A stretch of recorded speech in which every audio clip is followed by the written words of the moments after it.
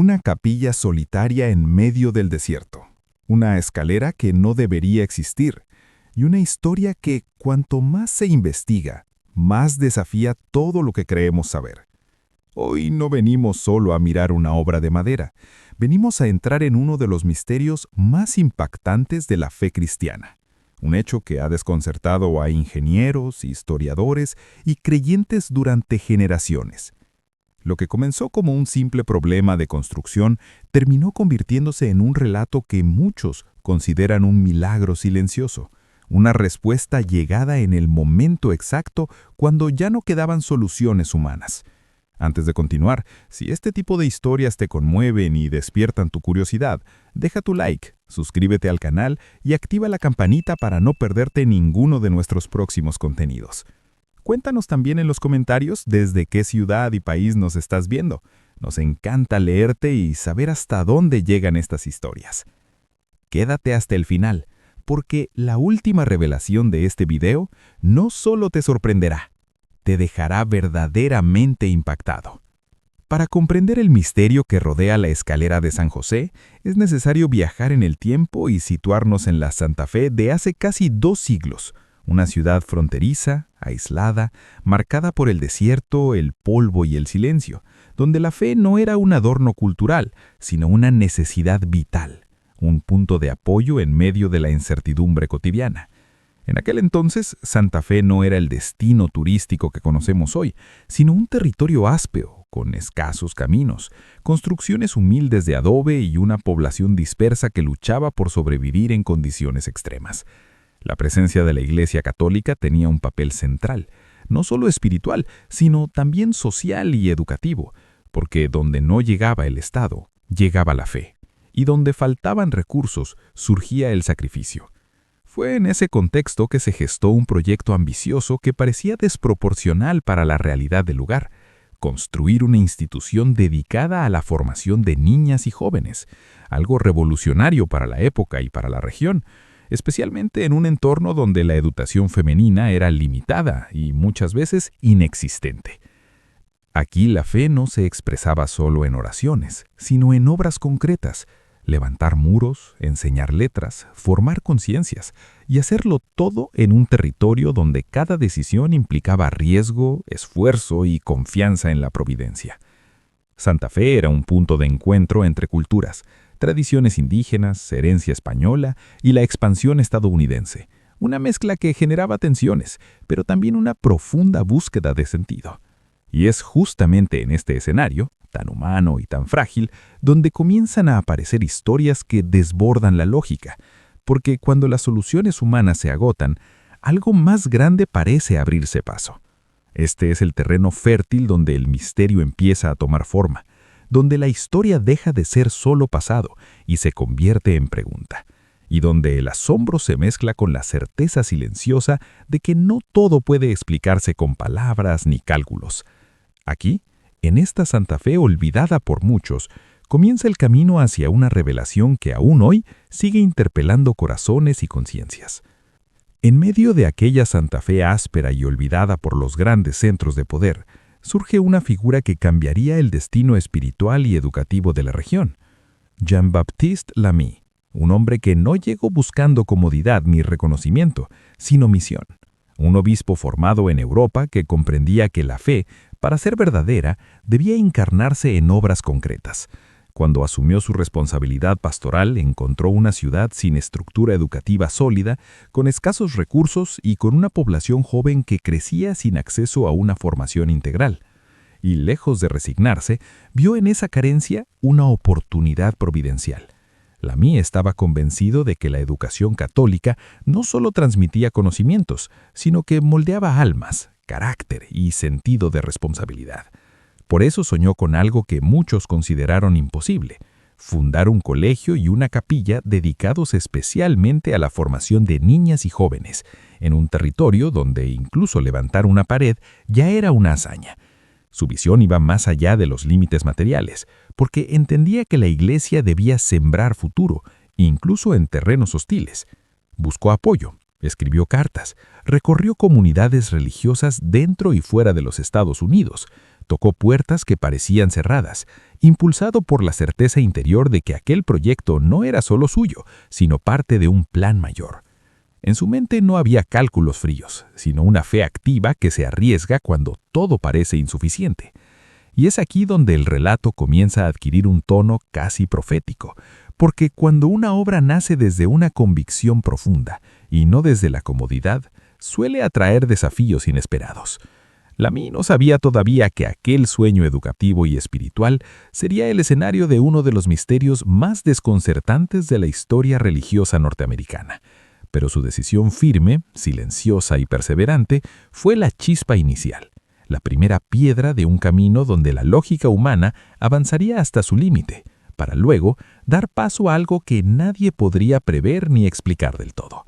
Y así, sin buscar milagros, el obispo visionario terminó preparándolo todo para que el misterio encontrara su lugar. Cuando el llamado del obispo cruzó ciudades, estados e incluso océanos, pocas comunidades comprendieron la magnitud del desafío que implicaba responderlo. Pero fueron las hermanas de Loreto quienes, en 1852, escucharon algo más que una invitación administrativa. Percibieron una misión, un envío casi bíblico hacia una tierra desconocida. Dejar atrás la relativa seguridad para adentrarse en un territorio árido, lejano y marcado por la escasez no era una decisión menor. El viaje hacia Nuevo México fue largo, duro y físicamente agotador. Sin caminos definidos, sin comodidades, sin certezas, guiadas más por la fe que por mapas precisos. Al llegar, se encontraron con un paisaje que parecía negar cualquier proyecto ambicioso. Polvo, silencio, construcciones humildes y una población necesitada de algo más que ayuda material. Necesitaba esperanza, educación y sentido. Lejos de desanimarse, las hermanas entendieron que ese desierto no era un obstáculo, sino el lugar exacto donde su vocación debía florecer. Comenzaron desde lo mínimo, levantando primero una pequeña capilla y organizando una escuela sencilla, pero pronto ocurrió algo inesperado. Las familias comenzaron a confiarles a sus hijas, la reputación de la formación integral creció y el número de alumnas aumentó rápidamente. Lo que parecía un experimento frágil empezó a dar frutos visibles, y esa abundancia trajo consigo un nuevo desafío. El espacio ya no era suficiente, el proyecto debía crecer, y con él la capilla también. En ese punto, la historia da un giro silencioso pero decisivo, porque cuando una obra nace de la entrega total y no del cálculo, inevitablemente llega a un punto donde las fuerzas humanas ya no alcanzan. Las hermanas no lo sabían aún, pero aquel crecimiento, aquella necesidad de ampliar, estaba preparando el escenario para algo que ningún plano podía prever. Algo que siglos después seguiría despertando asombro, preguntas y una reverencia profunda. Porque en el desierto, cuando la fe avanza, el misterio no tarda en manifestarse. En un entorno dominado por construcciones bajas de adobe, líneas simples y soluciones prácticas dictadas por el desierto, comenzó a levantarse una obra que parecía no pertenecer a ese lugar ni a ese tiempo. Una capilla concebida no solo como espacio de oración, sino como una declaración silenciosa de belleza y trascendencia. Las hermanas de Loreto soñaban con algo extraordinario, una iglesia que elevara el espíritu incluso antes de pronunciar una sola palabra. Y para ello se inspiraron en uno de los grandes símbolos del gótico europeo, la Sainte-Chapelle, una elección audaz para un territorio donde los recursos eran limitados y la mano de obra especializada casi inexistente.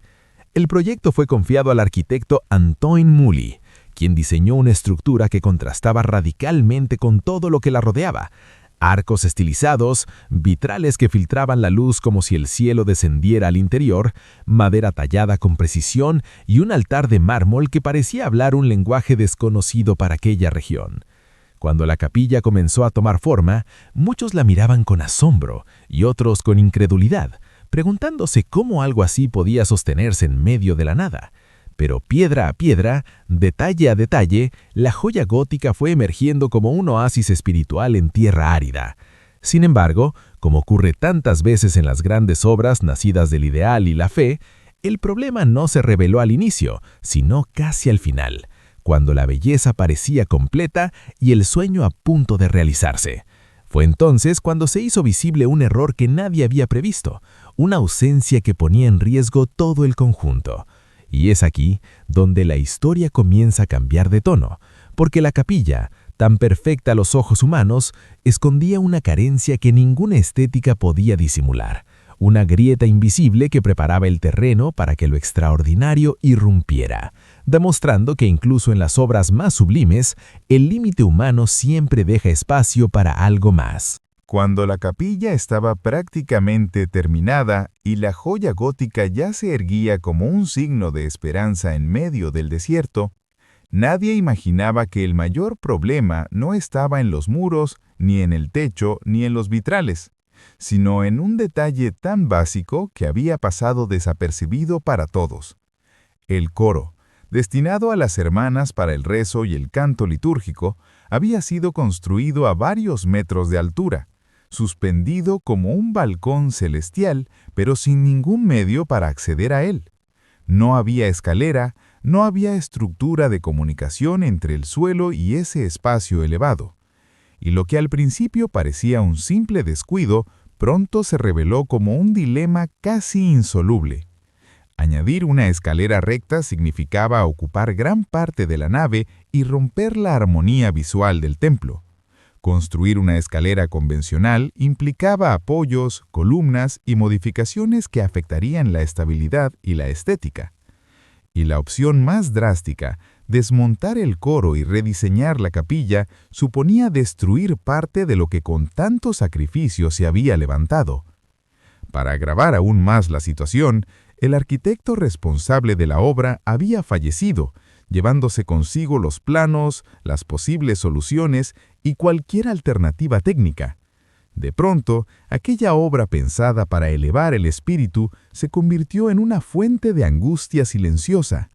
Las hermanas evaluaron opciones, consultaron, pensaron, pero cada solución humana parecía empeorar el problema en lugar de resolverlo.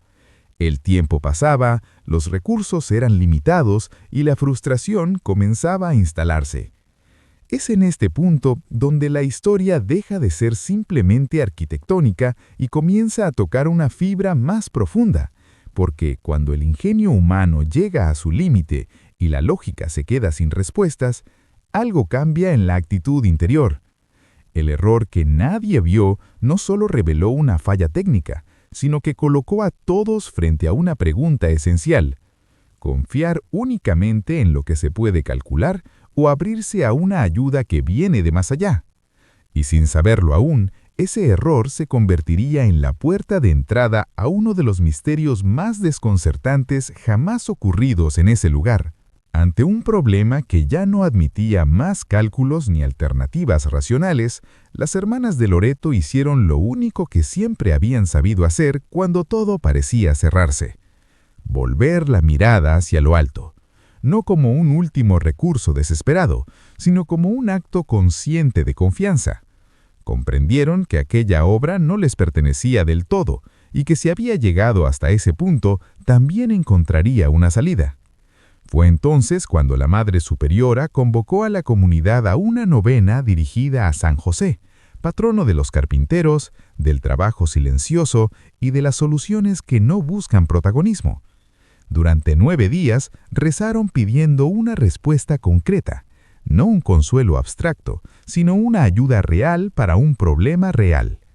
Y cada jornada transcurría sin señales visibles, sin visitas, sin anuncios, hasta que llegó el último día, cuando la expectativa ya se mezclaba con un silencio que parecía definitivo. Y fue precisamente entonces cuando ocurrió algo que nadie había imaginado. Un hombre anciano, de barba espesa y aspecto sencillo, apareció en la puerta de la capilla acompañado únicamente por un burro cargado de herramientas, sin presentaciones solemnes ni explicaciones extensas. Se ofreció a construir la escalera que necesitaban, pero puso 2 condiciones claras: que le dieran alimento durante el tiempo que trabajara y que lo dejaran hacerlo en completa soledad, sin preguntas ni interrupciones. Las hermanas, sorprendidas pero serenas, aceptaron, percibiendo que aquella llegada no era casual.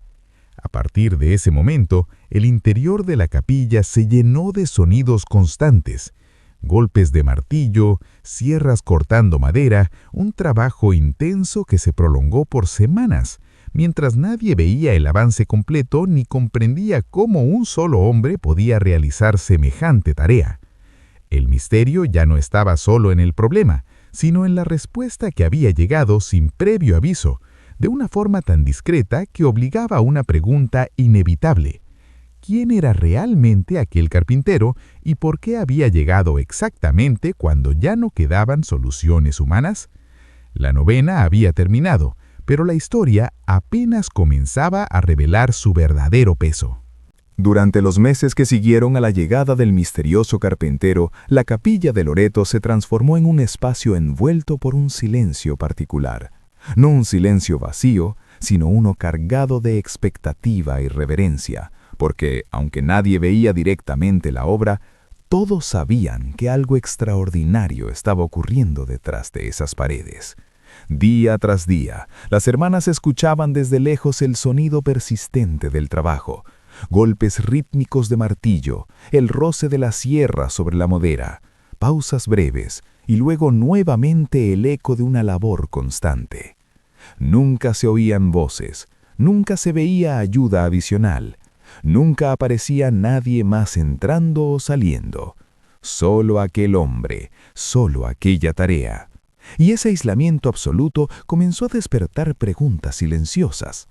¿Cómo podía una sola persona levantar una estructura tan compleja sin asistencia, sin planos visibles, sin supervisión, sin cometer errores?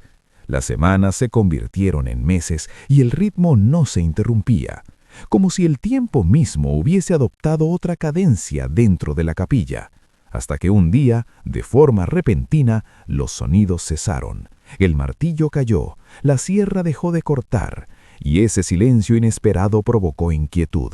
Temiendo que algo hubiese ocurrido, las hermanas decidieron entrar y lo que encontraron las dejó sin palabras. El carpintero ya no estaba.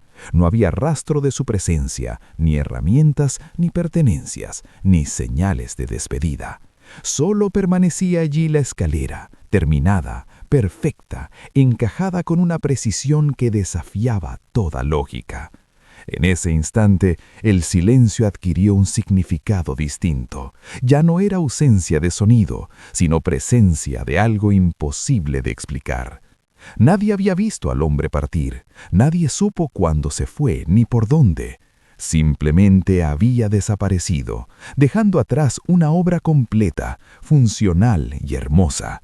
Y fue en ese momento cuando las hermanas comprendieron que ya no estaban ante una solución arquitectónica, sino ante un signo. 3 meses de trabajo invisible dieron paso a una realidad que obligaba a detenerse, a mirar con asombro y a preguntarse si aquel silencio no había sido en realidad la forma más elocuente en la que el misterio había decidido hablar. Cuando las hermanas contemplaron por primera vez la escalera terminada, comprendieron de inmediato que no estaban ante una obra común. Lo que se alzaba frente a sus ojos desafiaba no solo las normas de la arquitectura, sino también el sentido más elemental de la lógica. Una estructura en espiral perfecta, elegante y firme que ascendía hasta el coro sin apoyarse en una columna central. Algo que para cualquier constructor resultaba prácticamente inconcebible, aún más en el contexto del siglo XIX y en un lugar tan aislado como Santa Fe. Al observarla de cerca surgían detalles aún más desconcertantes. No había clavos, no había tornillos, no existía ningún tipo de anclaje metálico visible. Cada pieza estaba unida mediante encajes precisos, como si la madera hubiese sido pensada para encontrarse exactamente en ese punto. La escalera original ni siquiera tenía barandillas, lo que aumentaba la sensación de fragilidad, y sin embargo, era sorprendentemente sólida, tan firme que soportaba sin dificultad el peso de varias personas al mismo tiempo. Los especialistas que más tarde la examinaron no lograron explicar cómo se mantenía en pie. La curvatura cerrada de la espiral, la distribución del peso y la ausencia de soporte central desafiaban los principios estructurales conocidos. Pero quizás el detalle más impactante no estaba solo en la técnica, sino en el simbolismo. La escalera tiene exactamente 33 escalones, la edad de Cristo al momento de su pasión, una cifra que para las hermanas no podía ser casual. Cada paso parecía invitar no solo a subir físicamente, sino a elevar la mirada interior, a reconocer que allí había algo más que madera y cálculo. La obra transmitía un silencio reverente, como si hubiese sido concebida por alguien que conocía profundamente tanto el oficio como el sentido espiritual del lugar. Y frente a esa escalera, muchos comenzaron a hacerse la misma pregunta. ¿Cómo explicar una obra que supera el conocimiento humano sin recurrir a algo más grande? Para las hermanas, la respuesta era clara. Aquel carpintero anónimo no había llegado por azar, y la escalera imposible se convirtió en un signo tangible de la intercesión silenciosa de San José, recordando que, cuando la fe se encuentra con el límite humano, lo extraordinario puede manifestarse de la forma más inesperada. Con el paso del tiempo y la desaparición definitiva del misterioso carpintero, la escalera dejó de ser solo un objeto de devoción para convertirse también en un desafío para la razón, porque aquello que había sido aceptado por fe comenzó a ser interrogado por la ciencia. Ingenieros, arquitectos y especialistas en estructuras se acercaron a observarla con mirada técnica, intentando descifrar cómo una obra así podía sostenerse sin los elementos básicos que cualquier manual consideraría indispensables. Fue en ese contexto que apareció el testimonio de Richard Lindsley, curador de la capilla durante décadas, quien decidió ir más allá de la simple contemplación y buscar respuestas concretas. Intrigado por los rumores sobre el origen de la madera, tomó una muestra del larguero interior y la envió a analizar, iniciando un proceso que duraría más de un año. El estudio fue realizado por Forrest Isley, un científico con experiencia en investigación avanzada para la Marina estadounidense, acostumbrado a analizar materiales en condiciones extremas. El resultado fue tan sorprendente como desconcertante. La madera correspondía a una especie de abeto con una densidad celular inusual, tan compacta que se comportaba como una madera dura, algo extremadamente raro. Más aún fue la conclusión de que no coincidía plenamente con ninguna especie registrada de la región ni de otros catálogos conocidos. La ciencia pudo describir sus propiedades, medir su resistencia y admirar su perfección, pero no pudo responder a la pregunta esencial: ¿de dónde provenía, ni cómo había sido trabajada con tal precisión sin maquinaria moderna? Lejos de desacreditar el misterio, el análisis científico terminó profundizándolo, porque cada dato objetivo confirmaba que la escalera estaba fuera de lo común, no solo espiritualmente, sino también técnicamente. Así, la ciencia llegó hasta donde pudo, trazó límites, levantó hipótesis y luego se detuvo, dejando espacio a una reflexión inevitable. Hay realidades que pueden estudiarse pero no agotarse, fenómenos que admiten mediciones pero no explicaciones totales, y en ese punto exacto, donde la razón reconoce su frontera, el misterio no desaparece, sino que se vuelve aún más elocuente, invitando a contemplar lo que quizá no fue hecho solo con manos humanas. Con el paso de los años, cuando la escalera ya había sido aceptada como un misterio que desbordaba explicaciones técnicas, comenzaron a surgir otros hechos, más discretos, menos visibles, pero igualmente perturbadores.